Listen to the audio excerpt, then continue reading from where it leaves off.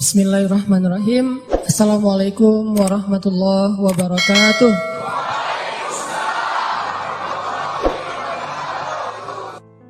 Kita akan ngebahas teknis untuk bisa menghijrahkan status dengan melobi langit. Dengan doa. Kan katanya doa itu bisa mengubah takdir, benar? Benar nggak tuh? Allah yang mengubah takdir dengan doa. Jadi bukan doa mengubah takdir, tapi Allah mengubah takdir dengan doa. Dan takdir itu bisa dirubah-rubah. Suka-suka Allah dong. Orang Allah yang nulis takdir, yamhullahu ma yasha'u wa yuthbit, kata Allah. Allah bisa menghapus apa yang Dia tulis dan bisa menetapkan. Jadi nggak usah pesimis, nggak usah putus asa dulu. Wah, kayaknya memang takdirnya nggak bisa, orang yang jahat kayak saya, yang pernah punya masa lalu yang kelam, nikah dengan akhwat yang hafizoh dari pesantren apa gitu, kan kayaknya takdirnya nggak. Wal hafizin, wal hafizat, gimana sih? Wal hafizin, gimana sih ayatnya? Saya jadi lupa. Orang yang soleh, orang yang menjaga diri dengan orang yang menjaga diri, orang yang soleh dengan orang yang soleh. Atau yibin litoyibat, maaf, atau yibin litoyibat. Orang yang baik ketemu orang yang baik. Tapi kan saya mah orangnya udah keburu nggak baik duluan. Sekarang lagi belajar jadi orang baik tapi belum baik-baik amat. Sedangkan dia mah udah terpelihara dari dulu. Kayaknya kita mah nggak sekufu, nggak selevel, beda dunia. Yang satu dunia putih, satu dunia hitam. Ini gimana nih nggak ketemu nih? Takdirnya mungkin kita emang nggak layak untuk dia. Tetapi dengan doa Allah Subhanahu Wa Taala berkuasa untuk mengganti takdir. Makanya malam ini kita akan belajar tentang bagaimana menggunakan jalur langit untuk bisa mendapatkan hajat kita. Baik menikah, dapat kerjaan, punya anak, dan keajaiban-keajaiban lain yang bisa kita dapatkan kalau kita tahu cara menggunakan jalur langit. Sebelum kita masuk materi itu, yuk kita tilawah bareng-bareng ayat yang standar lah tentang doa. Udah pada tahu kan? Silahkan dibuka. Ayat apa? Surat Al-Baqarah ayat 186. Itu standar banget kalau bab doa. Surat Al-Baqarah ayat 186.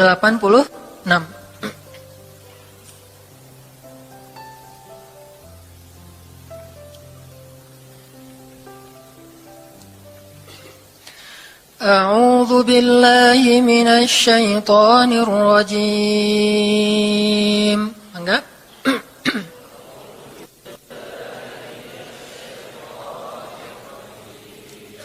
Bismillahirrahmanirrahim.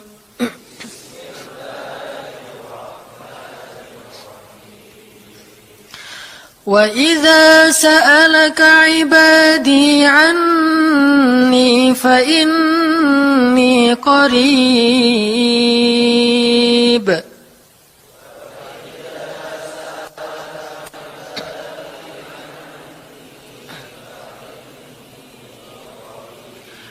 Ujibu da'watad da'i idza da'an.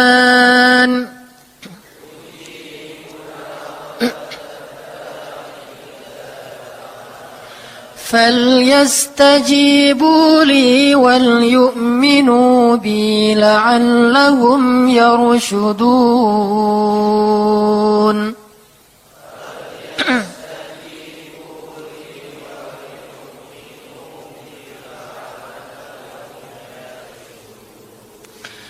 Dan apabila hamba-hambaku bertanya kepadamu tentang aku, maka jawablah bahwasanya aku dekat.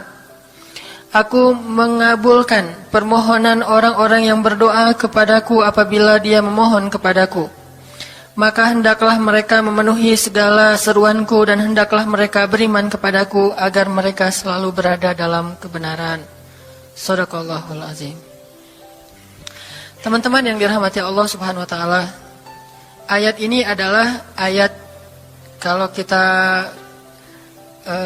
kasih judul, ayat ini tuh janji Allah kepada orang yang berdoa. Janji Allah kepada orang yang berdoa. Makanya doa itu benar-benar senjata orang mukmin. melebihi senjata apapun yang dimiliki oleh seseorang. Paling dahsyat itu kalau punya doa. Jadi kalau orang yakin kepada Allah, maka dan keyakinan dia kepada Allah lebih besar daripada keyakinan dia kepada apapun, maka selama dia masih bisa berdoa kepada Allah, dia tenang. Ada masalah dikit, oh ilahi. Ada masalah dikit, ilahi. Ada masalah dikit, Rabbi. Terus saja. Ada masalah sepele apapun, minta ke Allah. Ada masalah apapun, minta ke Allah. Dan kata Nabi, janganlah kalian menjadi lemah dalam berdoa. Karena sesungguhnya tidak akan binasa seseorang selama dia masih berdoa kepada Allah. Itu hadis Nabi. Dari Aisyah. Janganlah kalian menjadi lemah dalam berdoa. Artinya jadi pundung. Jadi putus asa dalam berdoa. Karena tidak akan binasa seseorang selama dia masih berdoa kepada Allah Subhanahu wa ta'ala. Jadi kalau kita masih terus mengharap dan meminta kepada Allah, kita nggak akan binasa. Kita nggak akan kalah. Kita nggak akan rugi.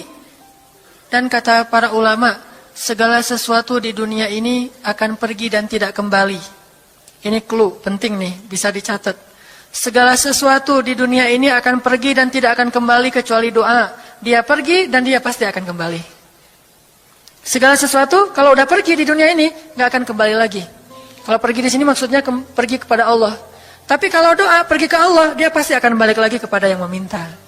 Satu-satunya yang pergi ke Allah dan kembali di dunia ini hanyalah doa. Makanya ayat ini kalau kita kasih judul adalah janji Allah kepada hambanya yang berdoa. Allah berjanji, apa kata Allah? Inni qaribun. Aku itu dekat. Maksudnya nggak mungkin aku nggak dengar doa kalian. Begitu kita berdoa, kita pikir, Allah dengar nggak ya? Jangan-jangan kok doa saya belum diijabah, kayaknya Allah nggak dengar yang kemarin, saya harus keraskan lagi suara saya. Nggak, ini qarib. Arti ini qarib, aku itu dengar banget apa yang kamu ucapkan. Nggak usah diucapkan, di dalam hati aja Allah udah dengar. Siapa yang pernah berdoa di dalam hati terus langsung Allah ijabah? Rasulullah. Coba teman-teman buka awal juz kedua. Ayat surat Al-Baqarah ayat 144. Itu gara-gara Nabi ada harapan di dalam hati tapi nggak berani ngomong gitu ke Allah. Cuma dipendam di dalam hati doang. Tapi langsung diijabah oleh Allah. Ayat surat Al-Baqarah ayat 144. Allah berfirman, "Qad nara taqalluba wajhika fis samaa." فَلَنُوَلِّيَنَّكَ قِبْلَةً تَرْضَاهَا فَوَلِّ وَجْهَكَ شَطْرَ الْمَسْجِدِ الْحَرَامِ وَحَيْثُ مَا كُنْتُمْ فَوَلُّوا وُجُوهَكُمْ شَطْرَهُ وَإِنَّ الَّذِينَ أُوتُوا الْكِتَابَ لَيَعْلَمُونَ أَنَّهُ الْحَقُّ مِنْ رَبِّهِمْ وَمَا اللَّهُ بِغَافِلٍ عَمَّا يَعْمَلُونَ. Jadi ceritanya, orang Yahudi suka menghina kaum muslimin gara-gara orang Islam kalau sholat waktu itu masih menghadap ke Al-Aqsa, Palestina. Jadi kata orang Yahudi itu, lihat orang Islam mah fake. Suka niru. Kita sholat menghadap Al-Aqsa, mereka sholat menghadap Al-Aqsa. Berarti agama mereka itu adalah agama yang meniru agama kita. Nggak original. Sering diperolok-olok. Setiap kaum muslimin sholat dihina sama mereka. Akhirnya Nabi ngerasa sedih. Wah, gimana ya caranya? Sehingga setiap sore Nabi berdiri di suatu bukit, kemudian lihat ke langit. Cuman nggak ngomong, gini aja ke langit. Membatin. Bayangin, pernah nggak teman-teman membatin ke Allah? Ini yang harus kita coba lakukan. Belajar membatin kepada Allah. Itu romantis banget. Jadi duduk sendiri. Allah, ngomong gitu dalam hati.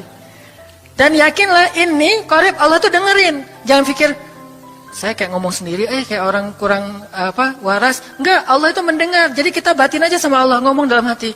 Ya Allah, saya tuh lagi gini, ada masalah. Ngomong dalam hati kita.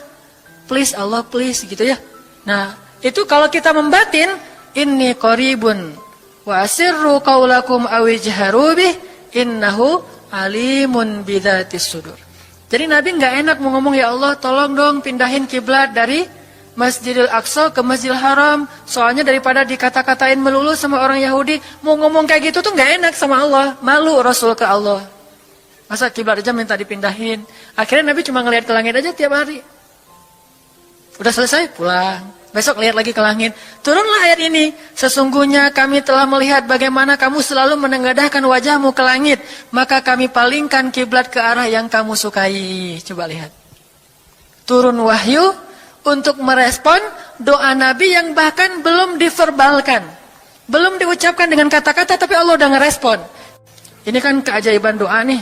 Cuman kita seringnya ngerasa udah minta berkali-kali kok nggak dikasih-kasih. Kita belajar sekarang. Rasul nggak usah minta pakai verbal, cuman membatin doang dalam hati, Allah udah ngasih. Pernah nggak teman-teman ngerasa kayak gitu? Ada kepengen sesuatu, tiba-tiba terwujud. Pernah kan? Tapi kepengennya yang baik-baik. Pengen misalnya, aduh, saya pengen banget umroh, cuman mau ngomong kayak gitu mah, saya mah orangnya kayaknya nggak mungkin bisa umroh kalau ngandalin harta. Orangnya nggak mampu, kerjanya juga pas-pasan, gimana mau umroh untuk makan aja susah. Tapi pengen banget dalam hati kita. Dan itu rindunya tuh rindu banget. Setiap kali ngelihat video atau tayangan di TV tentang umroh dan haji, menitikkan air mata. Saking kangennya ke Baitullah. Allah tahu itu dalam hati kita. Tiba-tiba ada jalan. Ada aja jalannya. Dan bisa dikasih sedekah, bisa juga hadiah, bisa juga door prize, bisa juga macam-macam. Pokoknya ada jalan aja, tiba-tiba bisa umroh. Dan saya sering banget membawa orang umroh. Di antara jamaah itu selalu ada 1 atau 2 orang yang umrohnya itu miracle, keajaiban dari Allah. Ketika saya cari tahu alasannya apa, ternyata emang dia dari dulu pengen banget umroh. Cuman nggak bisa ngandelin hartanya, Allah kasih jalan yang lain. Bukankah Allah itu memampukan yang diundang, bukan mengundang yang mampu? Kan itu yang sering kita dengar kan? Allah tidak mengundang yang mampu, tetapi memampukan yang diundang. Kalau udah Allah undang, pasti mampu. Kalau Allah nggak ngundang, walaupun dia mampu nggak akan bisa. Jadi Allah bukan mengundang yang mampu, tetapi memampukan yang diundang. Sehingga kita kalau hati kita kayaknya pantas diundang, Allah undang tuh. Begitu juga dalam urusan rezeki. Aduh, saya pengen kerjaan yang kerjaannya itu lebih halal, lebih nyaman, bisa sholat berjamaah tepat waktu, ada waktu juga buat keluarga, bisa juga berdakwah ke teman-teman. Akhirnya membatin kita itu karena kuat banget, Allah wujudkan. Ini artinya Allah qaribun, Allah maha dekat. Sehingga kalau kita pengen doa kita itu powerful, belajar dari as-siqah billah. Tips pertama adalah as-siqah billah. Percaya deh sama Allah. Percaya sama Allah. Jangan berdoa dengan ragu-ragu. Kayak kita datang kepada seseorang untuk minjem duit, tapi kita ragu. Dia nih kayaknya orangnya susah kalau dipinjemin. Kalau minta dipinjemin gitu. Ini saya lagi ada masalah dikit nih. Boleh minta bantu nggak? Apa? Gimana ya ngomongnya? Susah ngomongnya tuh ragu-ragu gitu kan ya.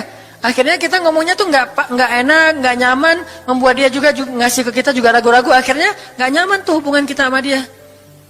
Tapi kalau kita yakin banget sama dia orangnya baik, kalaupun dia nggak ngasih dengan cara yang kita minta, kita yakin bahwa dia tuh pasti akan nolong kita. Sehingga kita akan curhat masalah kita itu dengan tulus. Bahwa kita punya masalah kayak gini-gini, bukannya kita mau minta-minta, cuman sifat dari manusia itu saling tolong-menolong. Kita beritahu masalah kita, dan kita yakin dia pasti akan nolong kita. Kalau nggak bisa ngasih duit, dia akan minta tolong kepada orang lain yang mungkin bisa membantu kita. Dia akan ngasih link, dia akan memediasikan kita.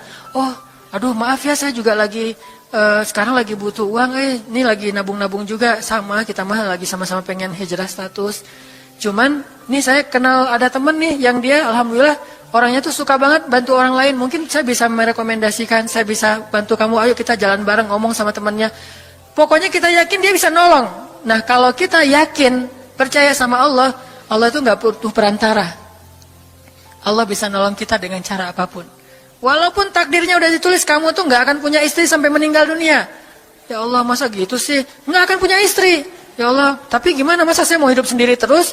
Kamu gak akan punya istri kata malaikat teh. Ini orang doanya katakan malaikat dengerin doa kita ya. Kalau di hati malaikat nggak tahu, tapi kalau di lisan kita doa, ya Allah, beri saya seorang suami yang benar-benar bisa mendidik agama saya. Kata malaikat, Neng, ganti doa yang lain aja tuh Neng. Itu mah takdirnya udah ditulis, Neng nggak akan punya suami. Kata malaikat. Kita mah walaupun malaikat ngomong gitu, biarin aja. Ya Allah, Engkau Maha Rahman, Maha Wadud, Engkau bisa mengubah takdir. Kata malaikat, ya juga sih. Cuman takdirnya udah ditulis, Neng. Ya Allah, terus saja tiba-tiba tok, Assalamualaikum, Waalaikumsalam. Ayahnya nemuin, ternyata pas kita nguping dari kamar, wah itulah calon pangeran kita yang datang untuk melamar kita, calon raja, calon imam.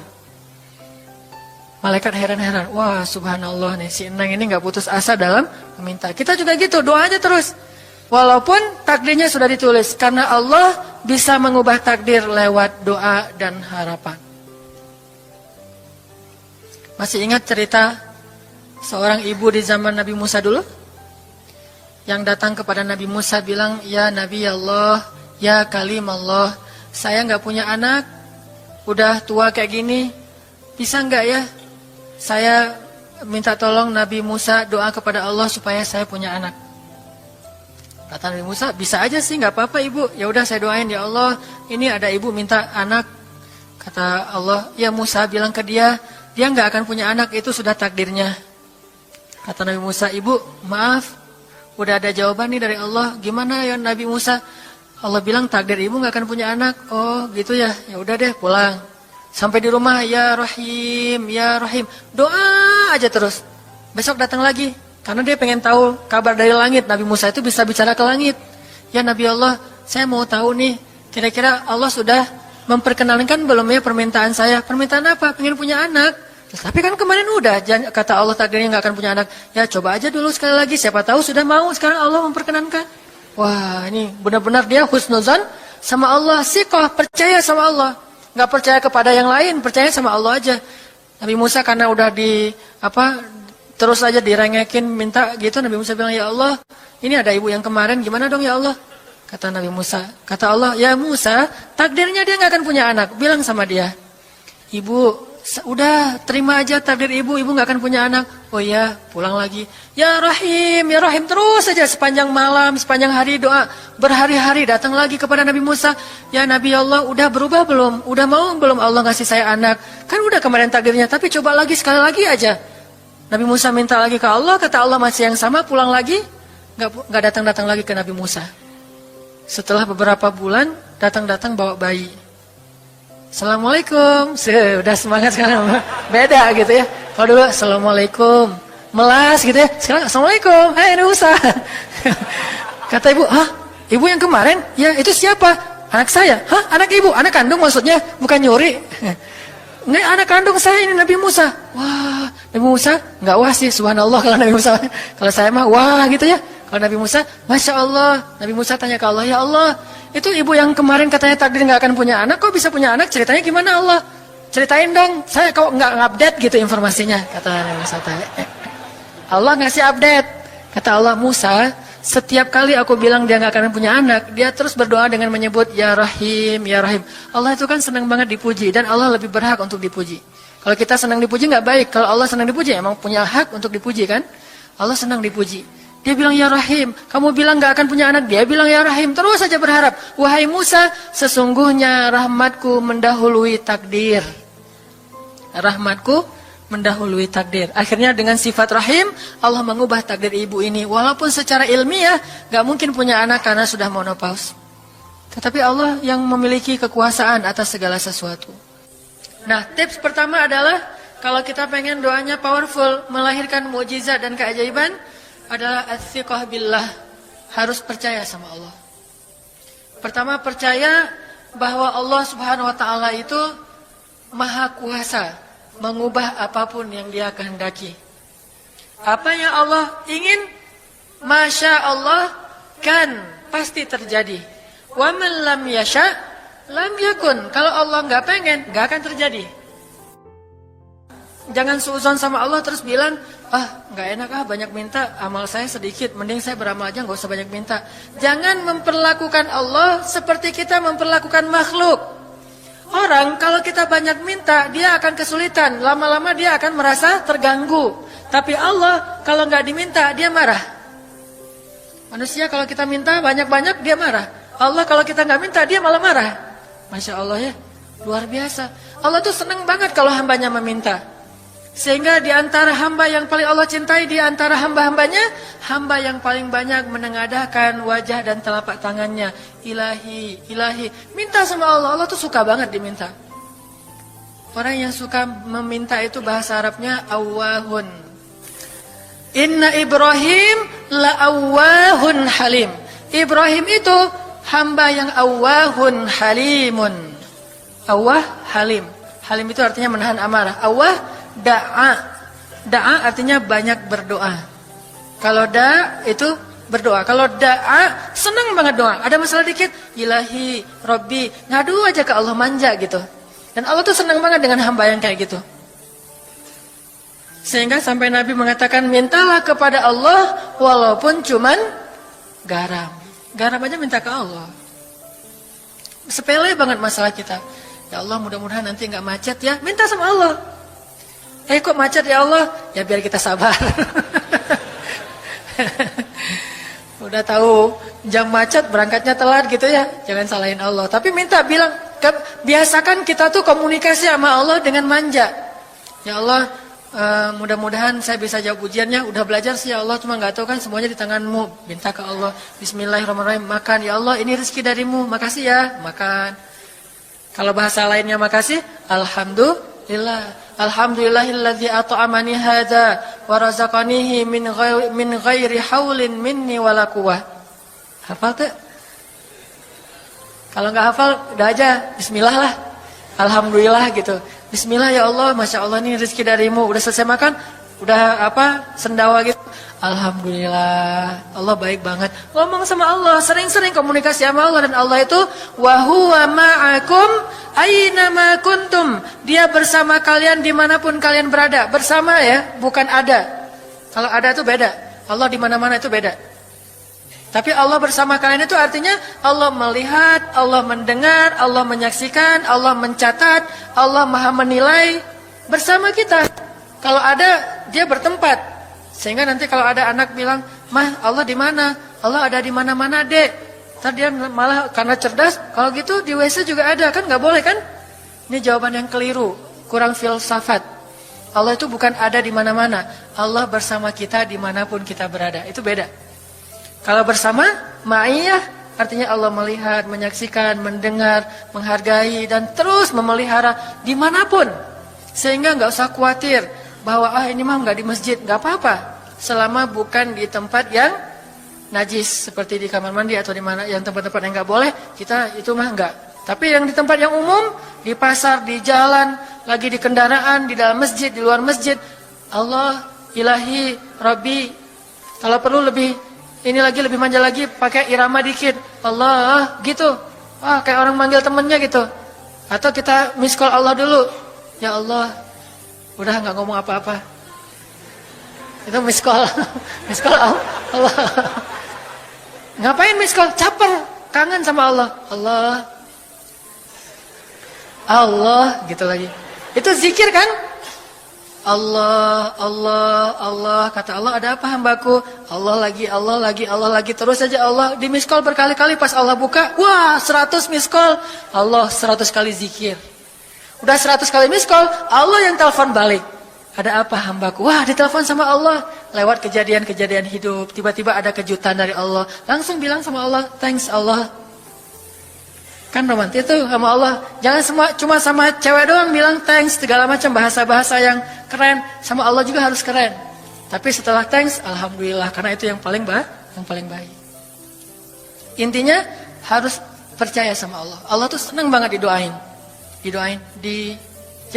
Kita berdoa kepadanya gitu. Allah tuh senang. Terus makna percaya sama Allah juga, kita percaya bahwa Allah itu nggak akan ngecewain orang yang berdoa. Ujibu da'watad da'i idza da'an. Aku pasti mengijabah doa hamba-hamba yang berdoa kepadaku. Enggak usah khawatir, pasti diijabah. Tapi kok masih belum aja Ustaz? Nah, kita harus belajar apa itu makna diijabah. Jangan-jangan Allah udah mengijabah, kita nggak ngerti. Kayak ada analogi tentang orang yang tenggelam, terus dia meninggal sambil menuduh Allah, Allah kok nggak nolong saya, bukankah aku sudah mengirim pelampung? Jadi pelampung itu cara Allah menolong kita. Kita berharap ditolongnya tiba-tiba selamat aja di pantai. Nggak kayak gitu, Allah punya cara, sehingga kita harus belajar memahami maksud Allah. Allah maksudnya apa? Di antara cara Allah mengijabah, kata para ulama, satu, Allah mengijabah persis seperti yang kita minta. Dua, Allah mengijabah yang lebih baik dari yang kita minta. Yang ketiga, Allah kalau nggak ngasih persis, ngasih yang lebih baik, dikasih di akhirat. Bahkan itu lebih keren daripada di dunia. Ah, kok di akhirat sih? Ntar dulu. Akhirat itu jaraknya nggak jauh dengan kita. Cuma 60 tahun. 60 tahun tuh cepat banget loh. Sekarang rata-rata usianya berapa? Bahaya kalau nanya usia. Kalau saya mah udah setengah, udah 30-an tahun. Teman-teman pasti masih 17 ya. Angkat tangan yang 17. Nggak ada. Di bawah 20 tahun, di bawah 20 tahun. Yang di atas 40. Gue nggak berani angkat tangan, ada sih. Artinya waktu 60 tahun itu nggak lama, sebentar doang. Jadi analoginya gini, kita lagi kuliah, pengen nikah.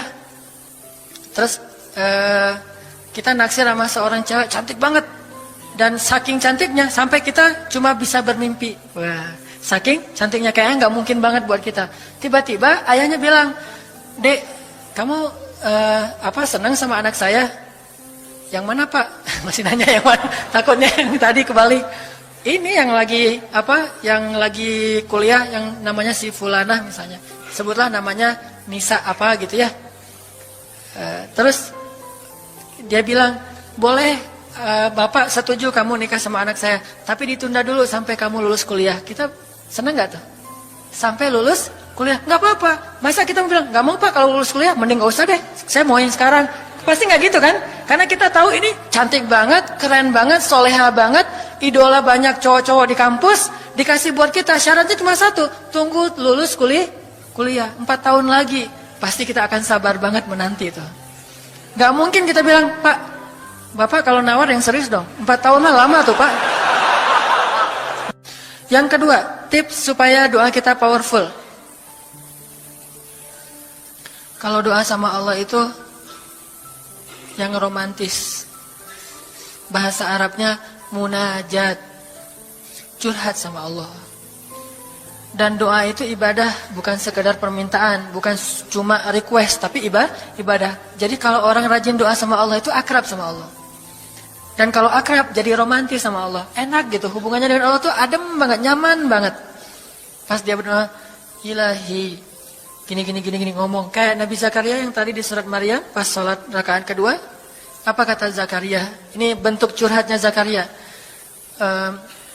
Qala rabbi inni wahanal azmu minni washta'ala ar-ra'su shayba wa lam akun bidu'aika rabbi syaqiyya. Nabi Zakaria doa romantis, suaranya pelan.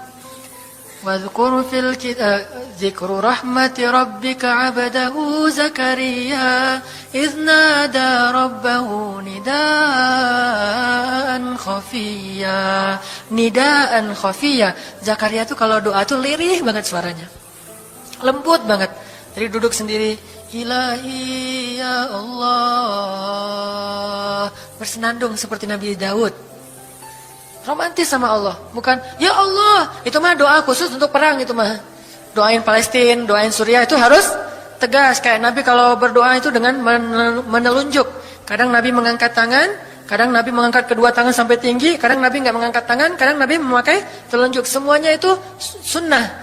Jangan kita saling debat masalah, "Oh nggak boleh angkat tangan." Kadang Nabi mengangkat tangan, kadang Nabi tidak mengangkat tangan, kadang Nabi malah menunjuk gini. Kalau urusannya bab perang, biasanya gini. "Ya Allah, ya Allah." Bukan nyuruh Allah ya. Beda kesannya nunjuk Arab dengan nunjuk Indonesia. Kalau Arab, ngapain lo nunjuk gue? Kan gitu ya. Kalau Allah mah nggak kayak gitu. Allah pakai bahasa Arab. Jadi pakai filsafat Arab. Nunjuk itu maknanya sangat berharap dan tegas gitu. Jadi kita doa pelan. "Ya ilahi إني وهن العظم مني واشتعل الرأس شيبا ولم أكن بدعائك رب شقيا. Ya Allah, tulang saya udah lemah, rambut saya sudah beruban semuanya, tidak ada satu helai pun yang hitam. Tapi saya belum pernah berputus asa dari berdoa kepadamu ya Allah. Ini namanya curhat. Wa inni khiftul mawaliya min warai. Ya Allah, saya takut banget kalau saya meninggal tidak ada yang meneruskan dakwah saya, sedangkan Bani Israel itu mudah tergelincir. Fahabli min ladunka waliya. Ya Allah, beri saya seorang anak walaupun istri saya sudah mandul, tapi saya terus berharap kepadamu ya Allah. Ya Allah, please gitu. Waj'alhu rabbi radhiya. Ya Allah, jadikan anak itu yang sangat engkau ridhoi. Minta Nabi Zakaria ke Allah. Tiba-tiba dapat kejutan. Ya Zakaria, inna nubashiruka bi ghulam. Wahai Zakaria, bergembiralah, kamu akan punya seorang anak laki-laki. Itu hasil curhat ke Allah. Langsung Allah kasih nama. Ismuhu Yahya lam naj'al lahu min qablu samia. Namanya Yahya, kata Allah. Jangan cari lagi di Google.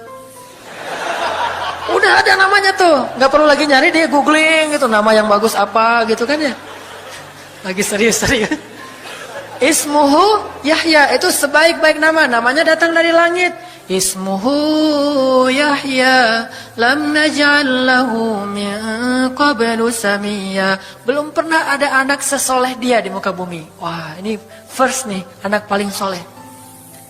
Terus kata Allah, wahananan, anaknya lemah lembut, wa zakatan, anaknya suci, wa taqiyya, anaknya bertakwa, namanya Hanan At-Taqi. Itu mah doa ya, bukan GR. Karena saya juga belum bertakwa. Hanya Allah yang tahu siapa yang paling bertakwa. Terus apalagi sifatnya? Wa barram biwalidayhi, anaknya sangat berbakti kepada orang tua. Allah kasih spesifikasi anak yang Allah pengen ngasih ke Zakaria. Itu luar biasa sifat-sifatnya. Wa barran biwalidayhi, enggak pernah nyakitin orang tua. Walam yakun jabbaran 'asiyya, enggak pernah berlaku kasar, tidak pernah bermaksiat, enggak pernah berdosa tuh Yahya. Wassalam, Allah menjaga dia. Wassalamun alaihi yauma wulida, Allah jaga dia ketika dia lahir. Wa yauma yamutu, ketika dia wafat. Wa yauma yub'atsu hayya, ketika dia dibangkitkan. Wah, ini dijamin dunia akhirat sama Allah. Hasil munajat. Allah kasih kejutan yang paling istimewa. Makanya bermunajatlah kepada Allah. Ya Allah, titikan air mata, ngomong sama Allah masalahnya apa. Ya Allah, saya pengen nikah banget. Bukan apa-apa ya Allah, saya pengen punya keturunan yang soleh-solehah. Saya pengen sholat berjamaah waktu tahajud. Saya pengen diimami oleh seorang imam yang baik bacaannya, yang soleh. Saya pengen mendidik anak saya berdua dengan pasangan saya. Saya pengen, yang baik-baik sebutin. Pengennya kita, hajar kita itu apa. Cuman ya Allah, saya kurang modal. Ngomong Allah udah gitu. Gak apa-apa pakai gaya-gaya kita sendiri, gaya Sunda, gaya apa, bebas lah. Ya Allah, kurang modal banget, gimana nih ya Allah, tapi kan engkau maha kaya ya Allah, bilang gitu. Dan Allah akan mengatakan, lihat hambaku memujiku. Kan kayak kita bilang, Alhamdulillahi Rabbil Alamin. Allah bilang, hambaku memujiku. Ar-Rahmanir Rahim, hambaku mengagungkanku. Maliki Yaumiddin, hambaku gimana sih hadisnya tuh? Kan gitu kan ya, Allah merespon setiap ucapan hambanya. Jadi kita bilang, tapi kan engkau maha kaya ya Allah. Oh iya benar. Cuman saya belum juga nemu siapa calonnya ya Allah. Nah, tapi kan engkau maha tahu ya Allah. Oh iya. Nanti Allah tiba-tiba dalam mimpi disebutin gitu. Wah, jelas spesifikasinya, wajahnya kayak gini, senyum-senyum ke kita di dalam mimpi gitu ya. Terus kasih kartu nama. Pas kita bangun ternyata kartu namanya ada di tangan kita. Cie, kayak di film. Bisa gitu. Tiba-tiba ke-save di HP kita ada nama yang saya perasaan nggak pernah nge-save nomor ini deh. Malaikat yang nge-save. Itu semuanya mukjizat dari Allah. Nggak usah khawatir. Allah punya cara. Tadi mah walaupun herai, tapi sebetulnya pesannya adalah Allah itu punya banyak cara untuk menolong hambanya. Tidak usah kita atur gimana caranya. Bukan kita yang mengatur caranya, kita hanya bermohon kepada Allah. Allah yang punya sekian banyak cara. Allah bisa pakai cara ilmiah, bisa cara yang tidak ilmiah, bisa cara yang berlawanan dengan ilmiah. Ilmiah itu kan ciptaan Allah. Jadi jangan mengukur dengan logika kita. Tapi mengikhtiar dengan logika kita harus. Kalau ikhtiar harus ilmiah. Tapi kalau iman gak perlu ilmiah. Sakit, ikhtiarnya ke dokter. Tapi yakinnya gak boleh yakin sama dokter. Ikhtiarnya seilmiah mungkin, tapi imannya nggak boleh ilmiah, rabbaniyah. Allah berkuasa dengan ilmiah, tanpa ilmiah, bertentangan dengan ilmiah. Allah bisa menciptakan seseorang dari ayah dan ibunya, bisa tanpa ayah tapi punya ibu doang seperti Isa. Atau bisa nggak punya ayah, nggak punya ibu seperti Adam. Allah bisa menciptakan onta dari induknya, bisa keluar dari batu seperti untanya Nabi Soleh. Allah maha kuasa, makhluk tidak kuasa. Minta sama Allah dengan harapan-harapan yang indah. Munajat. Ini sekarang coba kita dengar bagaimana munajatnya Nabi ketika pulang dari Taif. Nabi itu kan sedih banget pulang dari Taif. Luar biasa dihinanya oleh orang-orang Taif. Di antara penghinaan orang Taif yang masih terekam oleh sejarah itu, orang Taif mencemooh Nabi dengan mengatakan, emangnya benar kamu itu, emangnya benar Allah mengangkat kamu jadi Nabi? Itu penghinaan. Dihina gitu. Muhammad, beneran gitu Allah mengangkat kamu jadi nabi? Kayak gak ada orang lain, kata orang Taif. Terus ada lagi yang bilang, Muhammad, kalau kamu itu seorang nabi, saya tidak berani ngomong sama kamu, nanti saya terkutuk. Tapi kalau kamu bukan nabi, pendusta, ngapain juga saya ngomong sama kamu? Jadi mending gak usah ngomong aja, daripada ngomong dengan pendusta. Intinya dia gak mau ngomong sama nabi, tapi meracau. Dia bilang, kalau kamu nabi, kalau saya berdebat kamu, saya akan dikutuk. Kalau kamu bukan nabi, berarti kamu pendusta. Ngapain juga saya berdebat sama kamu, menghina. Ada yang bilang, hei Muhammad, pergi kamu, jangan dekat-dekat dengan kampung kami. Disuruh anak kecil mengusir Nabi. Bayangin, bagi orang semulia Rasulullah diusir oleh anak kecil, dikejar-kejar pakai batu kerikil dilemparin, itu luar biasa, berat banget perasaan beliau. Sama anak kecil, sama perempuan, sama budak-budak. Yang laki-lakinya tuh hanya bersorak di belakang. Perempuannya, bagi orang Arab, dihina oleh perempuan, itu luar biasa penghinaannya. Makanya di Mesir, pengalaman saya ketika di Mesir, orang Mesir itu paling takut sama cewek. Di pasar kalau ada ibu-ibu yang belanja, Mang, bungkusin yang ini, dibungkusin. Nggak jadi deh, yang itu aja. Ya, bungkus lagi. Kayaknya nggak jadi yang itu aja. Sampai 3 kali si emangnya nggak boleh marah. Kenapa? Cewek. Itu di Mesir tuh. Kalau di kita, wah, udah habis itu. Nggak usah cewek yang sebaya, ibu-ibu aja bisa dihina di kita kan ya, nggak menghormati orang tua. Kalau di Mesir, perempuan apalagi yang udah usia orang tua itu sangat dimuliakan. Naik bus gitu, ada ibu-ibu orang Mesir kan gede-gede tuh, naik bus, ya naik bus aja, naik damri gitu susah. Akhirnya barang-barangnya pada diambil sama orang-orang di dalam, dia naik sendiri. Bismillah, masya Allah, gitu-gitu orang Mesir teh kalau naik damri. Pas sudah di atas, semua orang berdiri mempersilahkan dia pilih tempat duduk yang mana.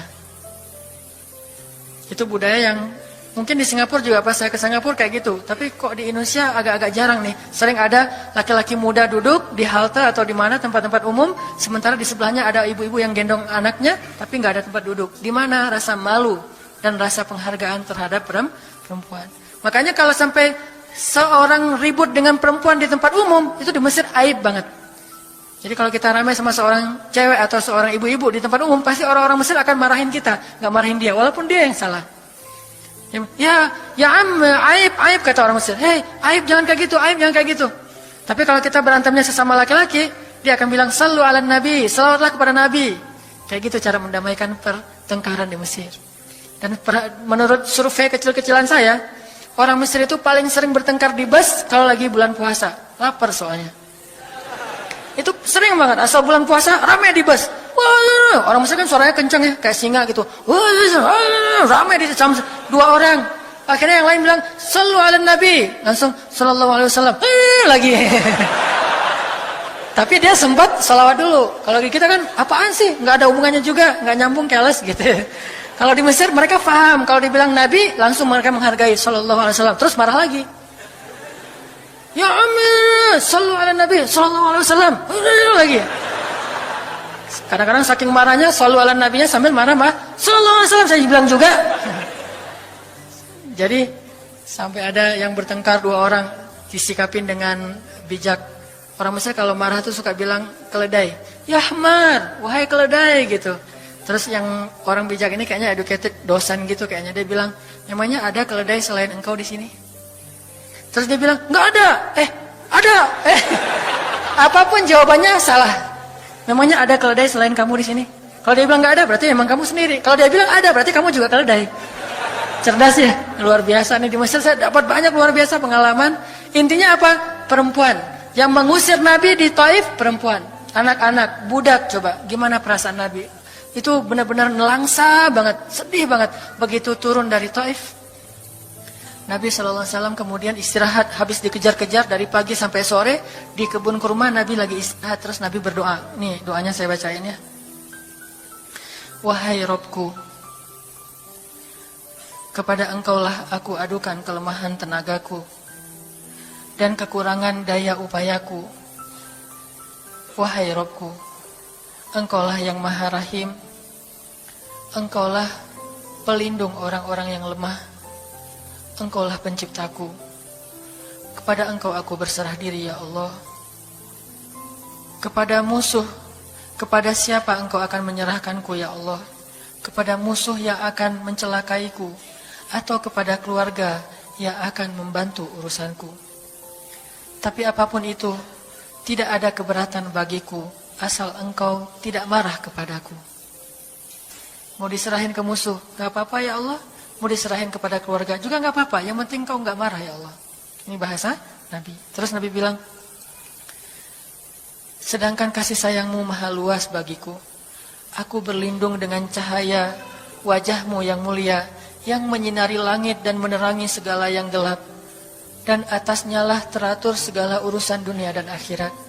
Dari engkau menimpakan atas diriku kemarahanmu.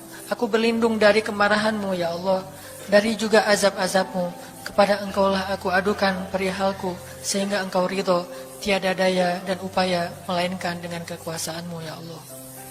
Tapi ini kalau kita baca dengan versi Arabnya lebih romantis lagi. Versi terjemah memang agak kaku.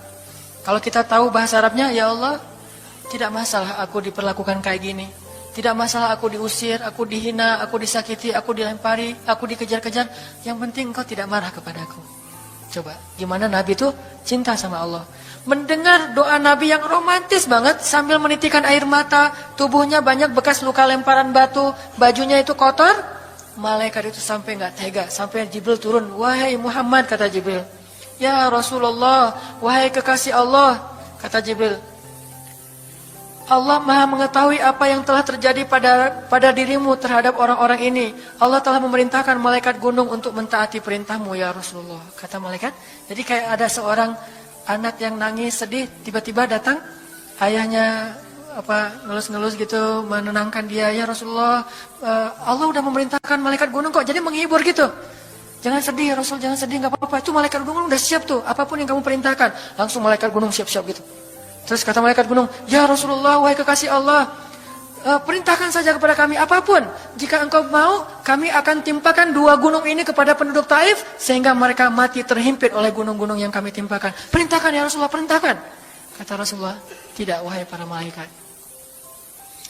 Kalaupun mereka tidak beriman hari ini, aku berharap kepada Allah, anak cucu mereka kelak akan beriman. Nabi nggak sakit hati kepada orang Taif. Dan Nabi juga tidak marah kepada Allah ketika beliau diperlakukan oleh hamba-hamba Allah kayak gitu. Tetapi yang penting Allah jangan marah sama saya ya. Kalau bahasa kita mah, ya Allah maaf ya saya jadi kayak gini nih. Tapi Allah gak marah kan? Gitu banget tuh sama Allah coba. Dia udah habis-habisan, kemudian belum berhasil dakwahnya, masih takut sama Allah. Kayak kita ngedakwahin teman kita, terus kita dicela sama teman kita, dimusuhi oleh teman kita gak marah sama dia, gak marah sama Allah. Gak bilang, Allah itu sih susah ya dakwah. Gak ngomong kayak gitu. Ya Allah maaf ya dia belum menerima dakwah saya. Ini pasti karena saya nggak benar nih nyampainya. Ya Allah jangan marah ya sama saya. Besok saya coba lagi gitu sama Allah. Terus ke orangnya nggak marah karena mungkin dia fa'innahum la ya'lamun. Mereka tidak mengerti. Besok akan dicoba lagi, didakwahin lagi, diajak lagi. Terus aja kayak gitu. Ini munajat Nabi kepada Allah SWT. Sehingga gara-gara munajat itu malaikat turun. Sama kayak munajat curhatnya Nabi Yunus. La ilaha illa anta subhanaka inni kuntu minadh dhalimin. Subhanallah. Nabi Yunus tuh bermunajat di dalam perut ikan, lirih banget, suaranya tuh pelan banget. Tapi suara yang pelan itu menggetarkan arasy Allah Subhanahu wa taala. Kita udah teriak-teriak pakai mic, nggak ada yang bergetar. Nabi Yunus kalimatnya sederhana, tetapi dari hati banget, benar-benar curhat. Ya Allah, tidak ada ilah selain Engkau. Aku ini udah zalim terhadap diriku sendiri. Ya Allah, maafin saya, maafin saya. Subhanallah, subhanallah, Engkau maha suci, saya ini kotor. Engkau maha suci, saya ini kotor. Terus saja sampai suara Nabi Yunus di dalam perut ikan, di dalam laut yang dalam itu menggetarkan arasy Allah di langit ketujuh. Tiba-tiba malaikat arasy bertanya, suara siapa ini ya Allah? Begitu indah, begitu lembut, meminta ampun kepadamu ya Allah. Kata Allah, itu suara hambaku Yunus. Apa yang dia minta ya Allah? Dia minta ampun kepadaku. Ya Allah, please ampunin dia ya Allah, please. Kata malaikat-malaikatnya. Semua malaikat meminta ampun untuk Yunus alaihissalam. Sehingga kemudian Allah mengatakan, ya sudah aku ampuni dia. Tiba-tiba Nabi Yunus diselamatkan. Curhat sama Allah. Kalau ada masalah, bilang ke Allah. Apapun, ya Allah. Duduk sambil bersandar di pohon. Ya Allah, coba buka surat Al-Qasas. Gimana Nabi Musa itu suka curhat kepada Allah. Surat Al-Qasas, surat 28 ya. Ayat ini ya. Ayat 16 coba. Ketika Nabi Musa nggak sengaja bunuh orang Kipti, Egyptian. Rabbi, ini zalamtu nafsi, faghfirli ya Rabbi. Ya Rabbi, saya tuh udah zalim, maafin saya ya Allah, ampuni saya. Ada masalah dikit, ngomong ke Allah. Habis ada kesalahan, ngomong ke Allah. Terus dia bilang lagi, Rabbi ayat 17, bima an'amta alayya falan akuna zahiran lil mujrimin. Ya Allah, janganlah engkau jadikan aku termasuk orang-orang yang berdurhaka atau berbuat dosa. Udah. Terus ada masalah lagi. Nabi Musa diusir dari Mesir, dikejar-kejar sama tentara Firaun di ayat 21. Apa kata Musa? Rabbi, najjini minal qaumiz zalimin. Ya Rabbi, selamatkan saya dari orang-orang yang zalim. Ngomong lagi ke Allah. Udah, Nabi Musa pergi sekarang. Kemana perginya? Dari Mesir ke Yordania, Madian kalau bahasa dulu. Pergi tuh. Begitu pergi ke Madian, bilang lagi ke ayat 22, asa Rabbi ayyahdiyani sawa asabil. Mudah-mudahan Allah kasih saya jalan ya. Ya Allah, tunjukin dong saya jalan harus kemana nih. Saya nggak tahu harus kemana larinya. Allah tunjukin. Jalan sampai ke Madian. Begitu udah selesai adegan menolong dua orang perempuan yang sedang memberi minuman ternak. Nabi Musa capek kan? Udah seharian jalan.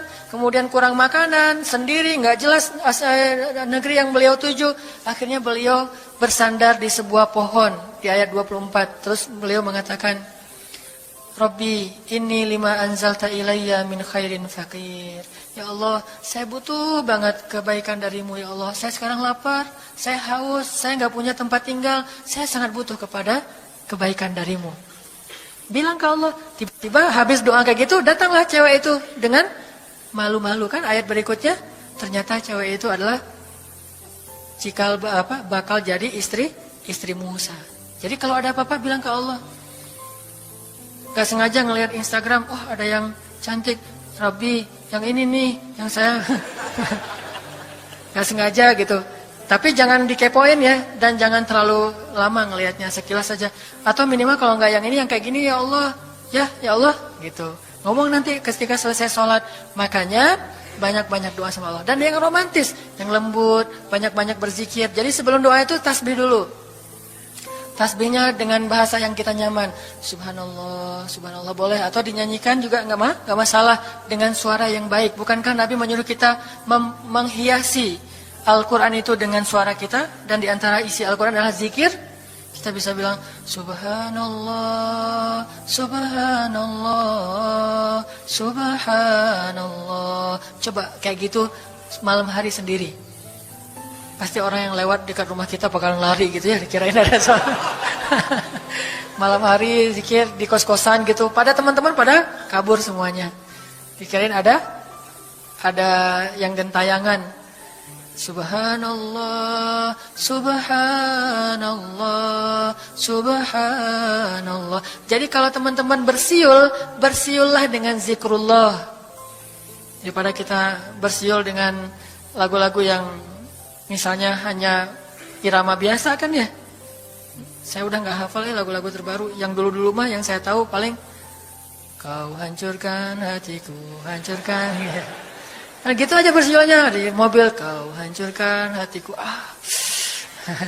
Mending kita subhanallah, subhanallah, subhanallah, subhanallah, subhanallah, subhanallah. Biasain aja bersiul dengan nama Allah.